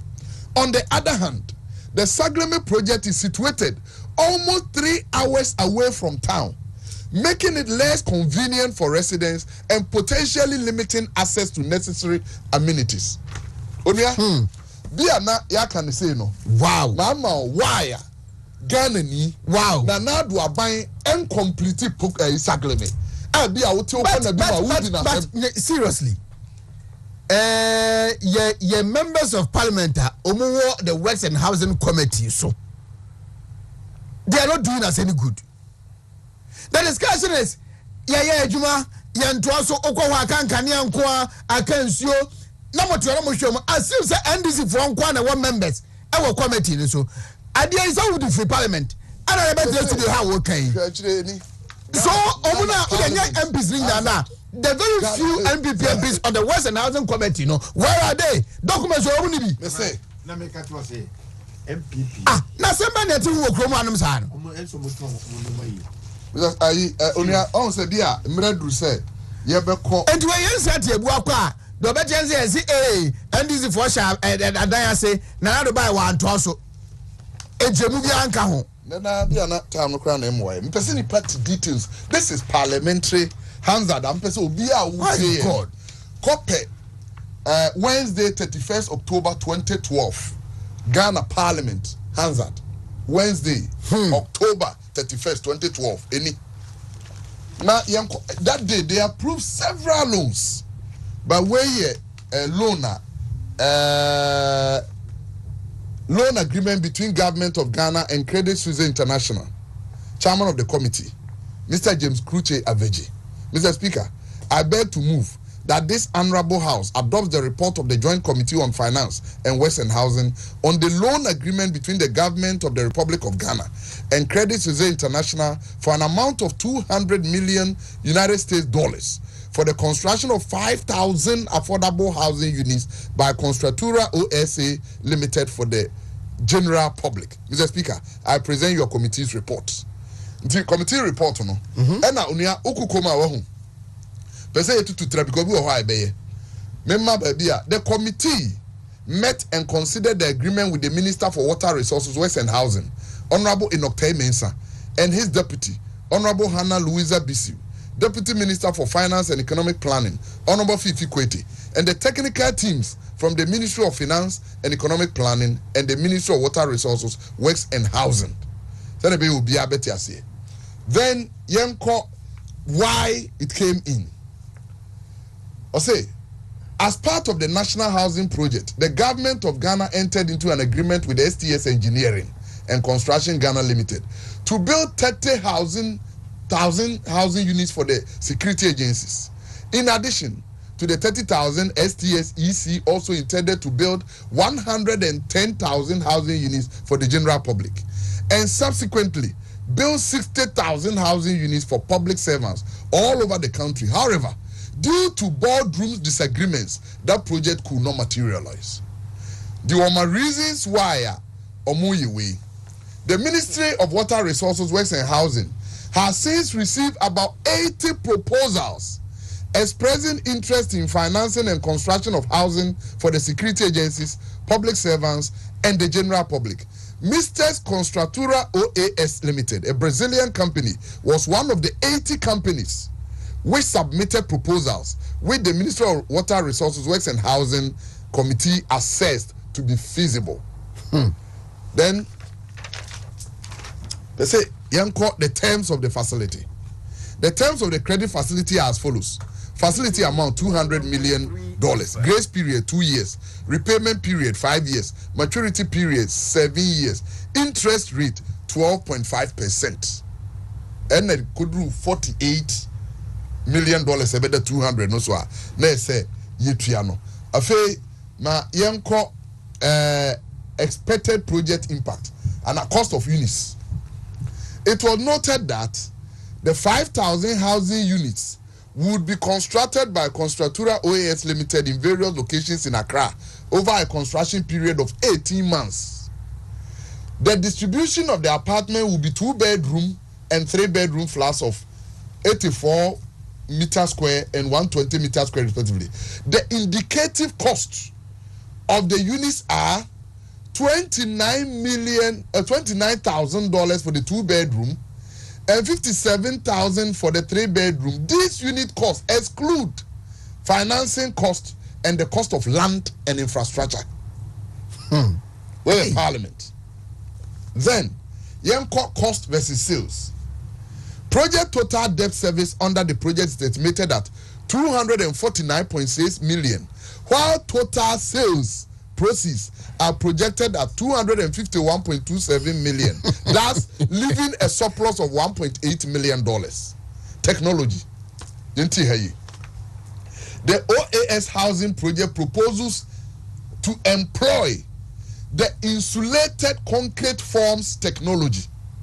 The insulated concrete form technology system is a modern construction technology system which consists of strong yet lightweight interlocking forms made from fire retardant expanded polyester. Once the forms are constructed, the structure is filled with a self-compacting concrete to form a higher performance monolithic concrete while with steel reinforcement. Make sure be a papa prove say that thing. Then call the ICF projects in Ghana. Projects previously executed in Ghana with ICF technology include the 5 polyclinics in Janga, Karaga, Pandai, Charaponi, and Tatali. Then let's go to the number of housing units. Why the 19 came in? The exact number of housing units to be delivered under the project is 5,019, comprising 3,372 bedroom apartments and 1,249 3-bedroom apartment single facility units. It was noted that the additional 19 units would be achieved due to the inclusion of multi-storied blocks of flats. Okay, mention salient point be na omuma parliament ti say Ghana home loans for and a beton dino. Already home loans for 15,000 applications. Bear 5,000 kura a PS can be at all. Tidano the omusi we kura and so. That is what they use to convince the members of parliament. But they say yeko babia ye MPs no static say propose question now Honorable Hackman. Mr. Hackman Uswajiman, MPP, new job enough. Mr. Speaker, as you know, I came here at 9:30 a.m. And one of the reasons I have stayed have been this particular project and one other. Mr. Speaker, unfortunately, unlike the ranking member, I have a lot of problems with this project proposal. Mr. Speaker, I know about the technology being proposed. I have used it. I have seen it before elsewhere. Mr. Speaker, it may in the interim be all right, but I do have my doubts whether it compares adequately with conventional construction. But Mr. Speaker, what I find is that when these panels are used in the construction of houses, they are normally a fraction of the cost of ordinary construction. Mr. Speaker, it cannot be the case that we use panels and then I am being told that a 3-bedroom flat is $57,000. That is 114,000 Ghana cedis. It is not possible, Mr. Speaker. What is affordable about this? Mr. Speaker, if you work it out at 120 square meters per 3-bedroom flat, it comes to $475 per square meter. If one goes to East Legon conventional construction, the new Chinese hotel, it's a hostel, or East Legon, there it is 520 per square meter. First class finishing, Mr. Speaker, and not for affordable housing. Mr. Speaker, the comparison that the committee produced is quite spurious. To say that in Ghana here, one buys an apartment, of course, one can buy an apartment at Polo Heights at $400,000 per 3-bedroom. Yes, but that is a completely different ball game. Not affordable, Mr. Speaker. I cannot for the life of me, with the experience and what I know about these things, see how this project can be proposed. Yes, there is an off-taker agreement, and yes, Ghana Home Loans. Mr. Speaker, the Ghana Home Loans benefited from the facility. Well, Mr. Speaker, with the utmost of respect, I would suggest seriously that there is no way we can tell the people of Ghana that a 3-bedroom flat is $57,000.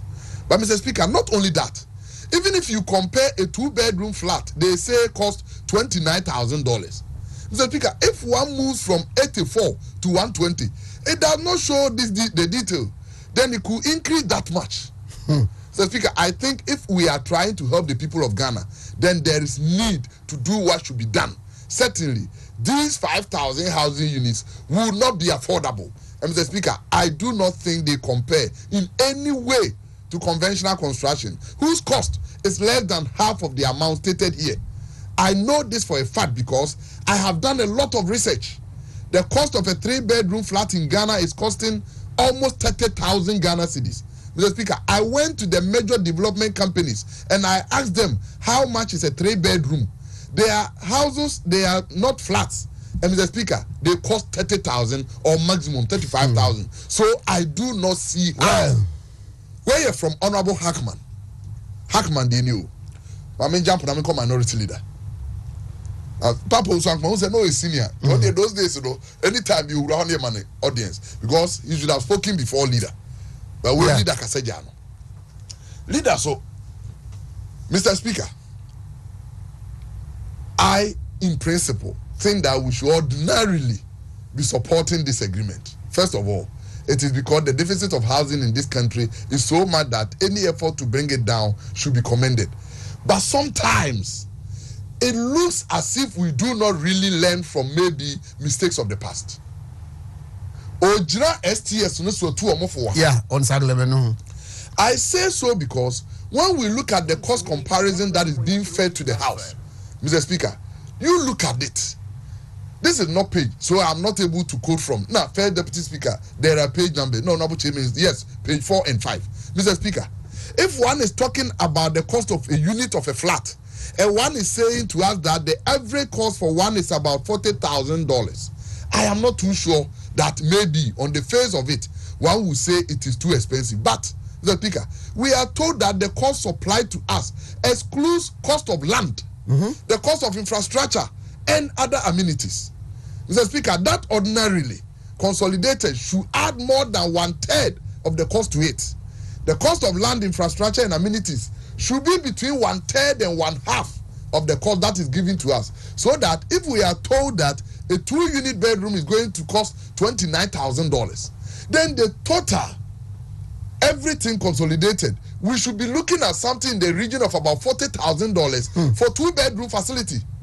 Is that all right for us? That is why we should be questioning. But beyond that, Mr. Speaker, if one is properly positioned to interrogate that, we would have to look at other inputs, the land area and so on, the square acreage, and if one is talking about the rooms, we may even have to do serious computation in these matters. Mr. Speaker, having said that, I think nobody who knows housing construction will admit that a cost of a 2-bedroom facility, which is private, $29,000. If we are talking about the same facilities in a 3-bedroom facility, it should be 2 times as much. Mr. Speaker, that is untrue. So if we look at the cost provided by Senecure, my examples, say, AESL for the company said, or we say, be my 2-bedroom, be at 29,000, 3-bedroom, be about 35. And also, DNA, normal. But to jump from 29 to 57 with the addition of 1 room on Tiasie, go and come. Remember, Papa was one command. Ajo, over. Regional Secretary. I don't need idea who somebody is asking me, say, Mama, Kasana Mempe, the message. Secretary. Na nanka ehia wa no wa nanka wonya time je wie ensem ni nyina the details is obi kan say the devil is in the details enkoye na ukuti mu nsem a afi na no ahunu awudie ene niema oman ebinumu edi afamu minua mame nko nsem no so ordinary edan ho asem ne ba bi nipa de ni tiri beto Minia regional secretary akabibre, mi general akabibre. Enti ehun yin asem asia ko details no bi. Ba media ma me mfamra ya brabo mu kakra. Eniema ehayen ketase hye corruption a ekoso. Abrabo mu aden chicha enipa yetutu nyina enema miensa ena de nam. Die nipa no okona ho megye ma wo bedie. Eno hye no ma Panhia, let's what the Nukotana baby, na or pay amana broso. If you say or pay, that's what on sign connectibim. The ordinary beto, a copy say will be 3 years. A year, a dying sem, and an apomode. Nipa mfa ho se wonyina kuduru baby. And Penyense say the friend you could woo ba, or sorry, Johnny wa bra won pin bibia. Inti, Sahani may miensa. Sa aban epese oboye ho ban na omani petutua na mo di no kredi tutua na mo a sa ne ma no aban ni koso pa oman bia opese nipa dia na mo eno kredi tutua na mo no wani koso nti se ekopa se ye housing ye pe baby nipa di ni tiri beto most importantly se dia no pa ye kan ya asema hu hia pa particularly so when ɔman ne pɛsɛ yɛte kɛtaase hyɛ ɛne krono ɛsonso ɛwɔ ɔman ne mu if you say the underpinning factor ɛma nipa wodi adeɛ hyɛ ne nsa a wɔyɛ n'adwene sɛ ɔbɛfa manaboro so deɛ ɔde ne ti bɛto ka ho menua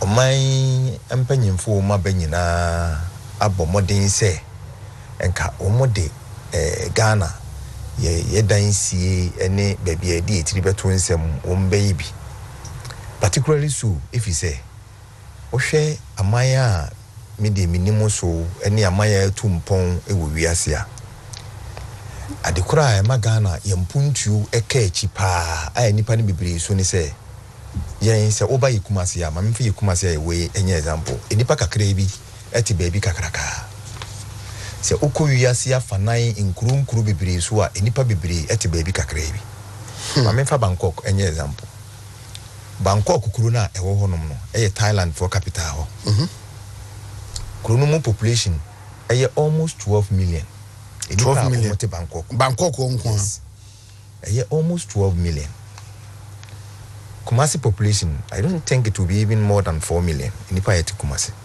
Kumasi eso chen Bangkok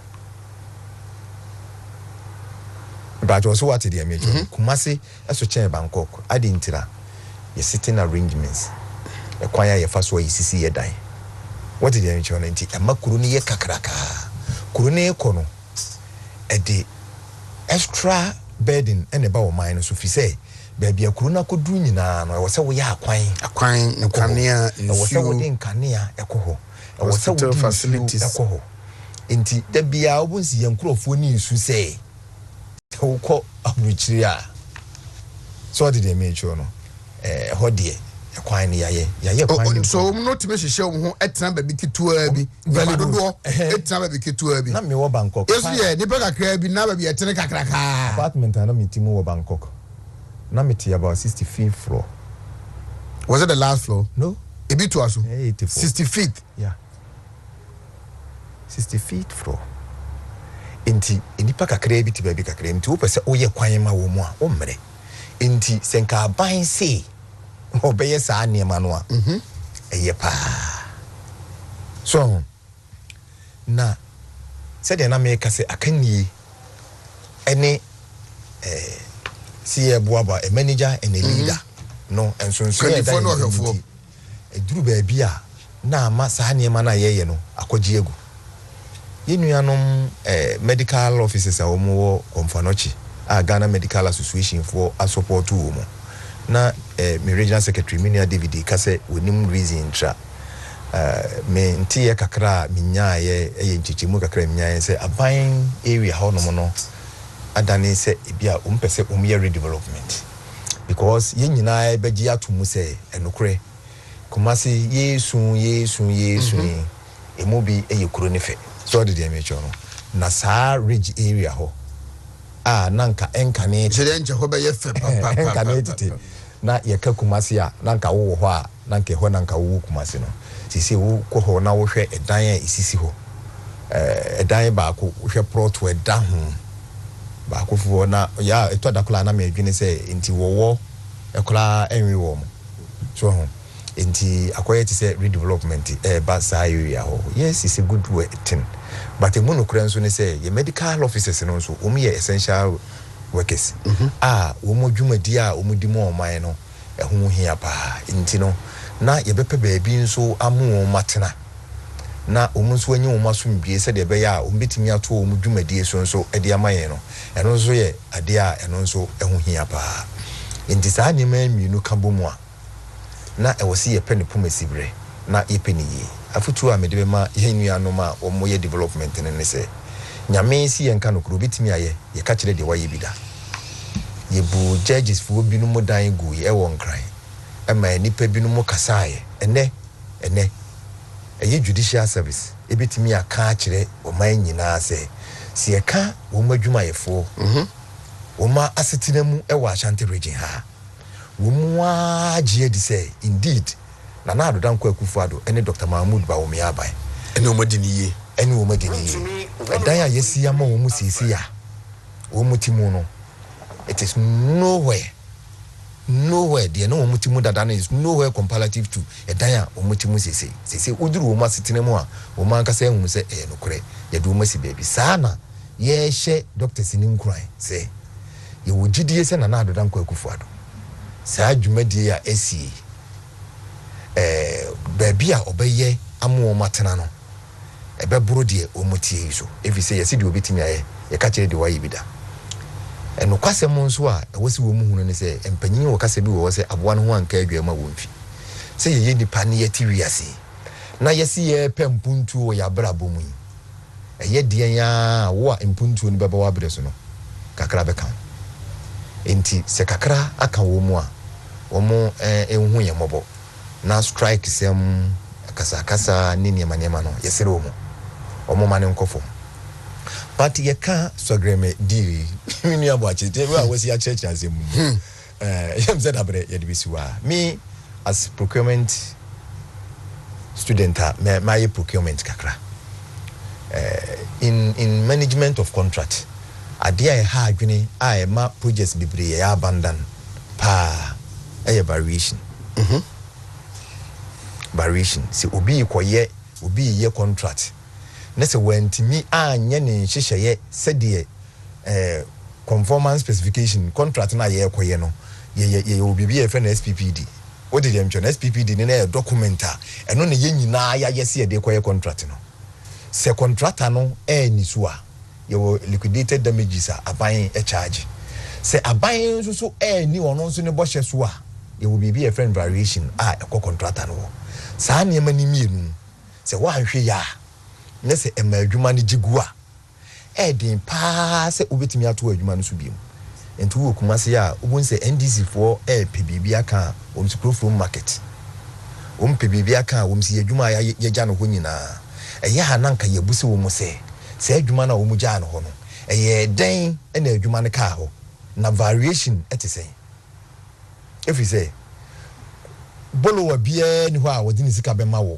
sɛ obi ayɛ memfa sɛ wasi affordable housing what did they make sure ɛwɔ hɔ na sɛ wunwie na sɛ housing na di 10 years a na sɛ bolo wa bi pɛ sɛ ɔde ne sika bɛwura mu a obebusa sɛ so wɔ kɔyɛ no ɛmfaso a ɛwɔ mu ne deɛn value for money what did they make sure no na wahwehwɛ adeɛ baako friend transparency adwuma no ɛnukuredie wɔ mu so I said the idea ne ti no na wahwɛ value for money adeɛ na mede me sika ɛkɔhyɛ mu no sika ne kɔ a ɛdeɛ mfasoɔ ɛna menya afiri mu sɛ wɔhwɛ saa nneɛma no na sɛ saa nneɛma no ɛnkɔ yi a ɔmfa ne sika mewura mu enti wobɛhu sɛ wonya obi mpa a ɔpɛ sɛ wɔde ne sika ɛkɔhyɛ mu adekoro nti a NDC foɔ project bebree wotoa so a ɛntoa ɛyɛ value for money and transparency sɛ woka sɛ wokɔpɛ sika de abɛtoa so mu paa ɛkwan a wɔn de sika na ɛdi nkan na wɔn kɔgye yɛ ne fa asoɔ no sɛ bolo ane hwehwɛ mu a wɔsɛ da bi sɛ adwuma wei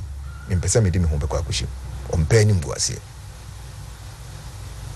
enti NDC adeɛ biaa wɔn de wɔn nsa ka kakra biaa no ɛbɛyɛ problem aba abɛyɛ nka yɛ kom other than that enka projects sɛ yɛsi dan ama yɛn nkurɔfoɔ anya baabi atena anya baabi de wɔn tiri ato ne nipa aso mu adwono na watimi atutu anamɔ deɛ nyanka yɛn nyinaa yɛ support sisi yɛ yɛ kɛse ohwɛ na na adoda nkɔ akufu ado aban poku ase project ya na menua David ka ho asɛm poku ase project no onim kwan a president nam so a Ghana aban nam so a oyɛ sisi what we are doing is also dinka ka cho say aban creative program is an opportunity for entrepreneurs so de make money abanya provide the basic amenities asase any niema no the private owner no private developer no has been allowed to say omun develop contract no what did them John who usika omun develop omun sifie no na omun ton fantitu omuka because the bottom lines abanya pe baby and a man crofo atena abanya enye na dwen say open faso obi ade aye bibia what did they make sure no enti say o ye private developer mpo na yesi afie no ye housing ni say ni ye no na utimi ye abanya ye kwan wa ye nsuo wo de kanea aba ho na nipa nya baabi tena aban enya external benefit fi say enipa a omo ye adwuma won kran a omo nya ba bia tena a omo asomdwe omo no omo ma mewia no. All right. So what did you make no? So corruption come from that is where aban gaining the benefit.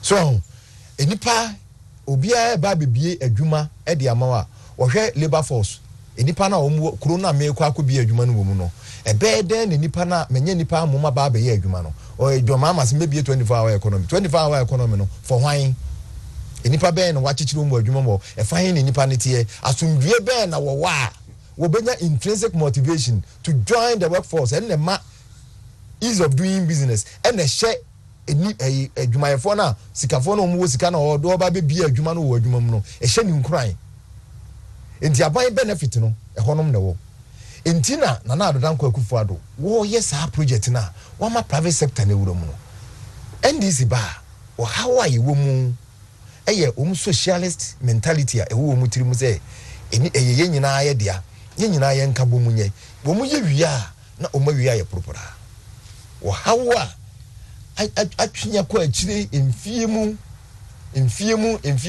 a ema ye nyina ye kasa dabi ndc omu ni ani suade hunu papa bia amaye entimba omo ntu aba na madwon maama no that is where it is good yeah ka kire Ghana for minu David Akabibre me ka kire Ghana for say Alhaji Dr. Mahmoud Bawumia wo baaye no in order to solve that problem no but the national rental scheme aba what did you mean say the American no esi baby nipa bi di de obeda ene de obehye e de ne kɔ wo ha wo mu enti national rental scheme no opese ema nipa ahotoso wi a that is where ye projects across the nation 8,000 there about in Pokuase J Minia David Bobo so nyina scattered around the country ye be ye sad projects ni nyina said ye be ya ye koye nimu no not only will you rent but ubetimi ya nkakra na won so watimi anya baabi di wutirato na wapaja wo mu enti ne ye ka kire Ghana for say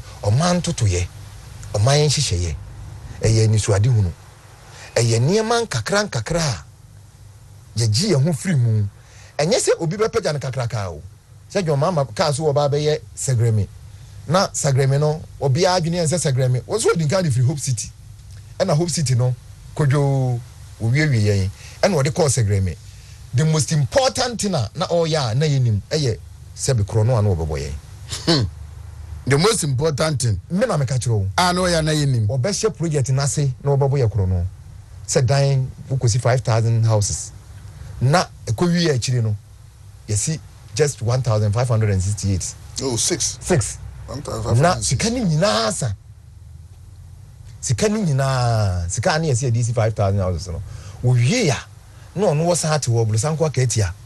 Winning Brusanko Katia. And also the idea. Na Akatia be no one in a Mati Brusanko Quanta, Ufri Brusanko Quanta, Brusanko Kurumonoma. What did they mention? Na wo kwa na enimano APP. Na Omabe so wonsa. Almost so wonsa. Oh no, that's any no maso wonsa agina hono. Na no sai kikem kill. As I said, oh Mumuna, oh boy, na omo mame no papa no wo mu no no ma pie no ma be hwe o se akoduru Brusanko via gonfo so wo ho se akati ande wan nya ojizo otwadwan no festival sa na dwo mama waye ye no festival no sa ne nam Ghana no wo kami projects no mo nto aso no kura wono wodi ye wo ade ne so no to aso enye yi no one nam no kami no kura ka kura ne ha me waye no ho Brusanko akati Chababa, Abuziabo. Not David Fire, sorry. Yaba part 2 of the housing we know next week. Correct. I like the Brusanko say I can't yap. Right, they tell you see, the beer you can't. Oh, I'm for see your Taubi and I in Taubi. Your Taubi. They tell you see, STS Korea the chatters. Sagreme chatters. Airbus chatters.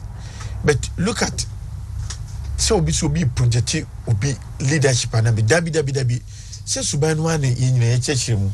See the leaders, see the musity. Obi by ABC interchanges. Me and son. No be one interchange. and the 3 interchanges the same price. One apply lesser. Oh, Jamie Cassie. Oh, you're fine, sir. What would you make sure? And yet, Nipa Ghana from here.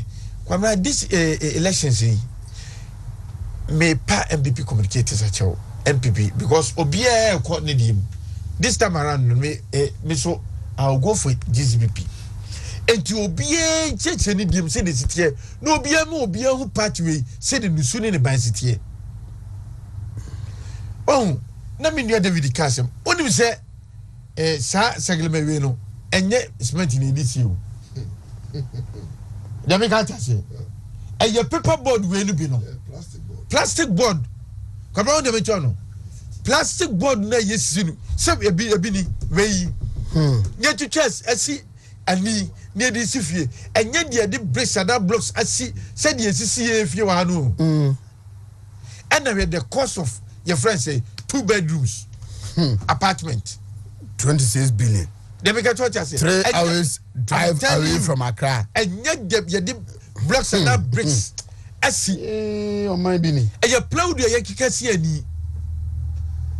Now, Benu Cranka, me did say, and Casadi and Kumukusin in Puano, any lakeside in one, and I can be a say, in Sono Eba, and me say, but Bioko said, yes, no way, scarce project here, and yes, meant in a DC. And Chiquamra may see a free necro, you bet there, dear Mobium, political party be a leader in soon in a buying. Because Uncle Basse says, yes, your Bogana quite just like that. Na Ghana for Nipana Sabi was a young Tumano, na Ghana for us, I say. Well, Dave, young queen. Now, is that the areas are amount for sending them some remove Honomino. Obi say Terminal 3 project, no? A home right, Sikasem de Gomu. Obi say Ridge Hospital. Oba Ridge Hospital. And what's them? No next week. Ridge Hospital, we can take it. Obi say I won't friend say the tow winning man no. Tema port MPS. Obi say and also so for Ridge there. And then the last person was say you know he bauxite. Yeah, the man Ibrahim at the verge of transition, no. Really? The listeners in anybody say I know that. But man will take you through. The reason why I'm saying that because young peace now and one brasam nen krata zembe do manu abrashe bedefino. Omo meka mayente. Minim say na fo mafa e wan this ni mu o. Say so no omu ayo okay enough, you know. When some of these things are kept under the carpet, na influence the vote and cry omu I don't know. Enti yenye de kakra kakra ke bet my idea no let's do it here ya na ne me say atiefo hu ne say yen so ne kwankwaja ho me ye be na so election ye kum no minim say by who go crook eh de obi ba wi when MPP come to power Dr. Mahmoud Bawumia also say MPP ya ono who your friends MP no ono who vote ebegru Dr. Mahmoud Bawumia so menya appointment.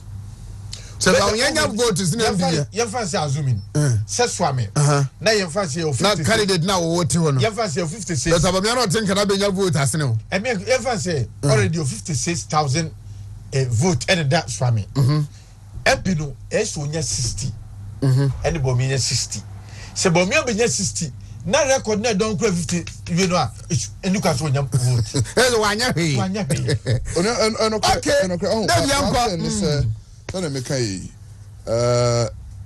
ye nyina no you don't get a support from the ministries. Yes, we details we me means na me dinye de me am bibia na e print ya bibia te say na okay Rich we will full documentation. Rich John Mama knows nothing about Ridge Hospital. So nay we cannot credit him for Ridge Hospital project. Everything from Attorney General's report, everything in our woman under Professor Moss. But it delayed because of Honorable HM Sabunsumo. Until Professor Moss time, no Juman Frasi, because the cost no Montiasi. Ridge, renovation of Ridge. na cost no ye ni the building of University of Ghana Hospital ayepe. Hey, I have the details. Honorable Chairman Samu's more challenge everything. And the delay I'm actually Attorney General. And then report to buy Parliament Jituma. A Juma best tatewo John Mama Breso. Ben any project. Only I sorry. My memfa Arehosem yeah, papa or being for Professor Kumfamio. Yeah. Last time I sent him a message. Yes, this sister. Neba. Yeah. Now on in the send him a message. And my father said December moho. Yeah, we yes, yeah, no nyina tie yes na omba se eja to ni fie. If I dey kodru no na fie no dey ahye bibia one apart from the share na odi tie yi na se one far away from the house. A full circle to mo abani fie otechiman pen. But ebisa security form so ye nua ba na no 28 years Erama prof Bam Kasao one no na eti obakuma techiman na one won nchen oy LLB na teacher ni so security form so Erama the heat free them ho by not knowing so near explosion power gas or she beyond until the next morning na helicopter be fan 3 days time no free na me adoma me die be na be na ye jan kwan wo techema Methodist Park tiesre adofo nyina say e papa obi focus of am confi ne baba ye be ko na me adoma extra no pa ye be ba Wontumi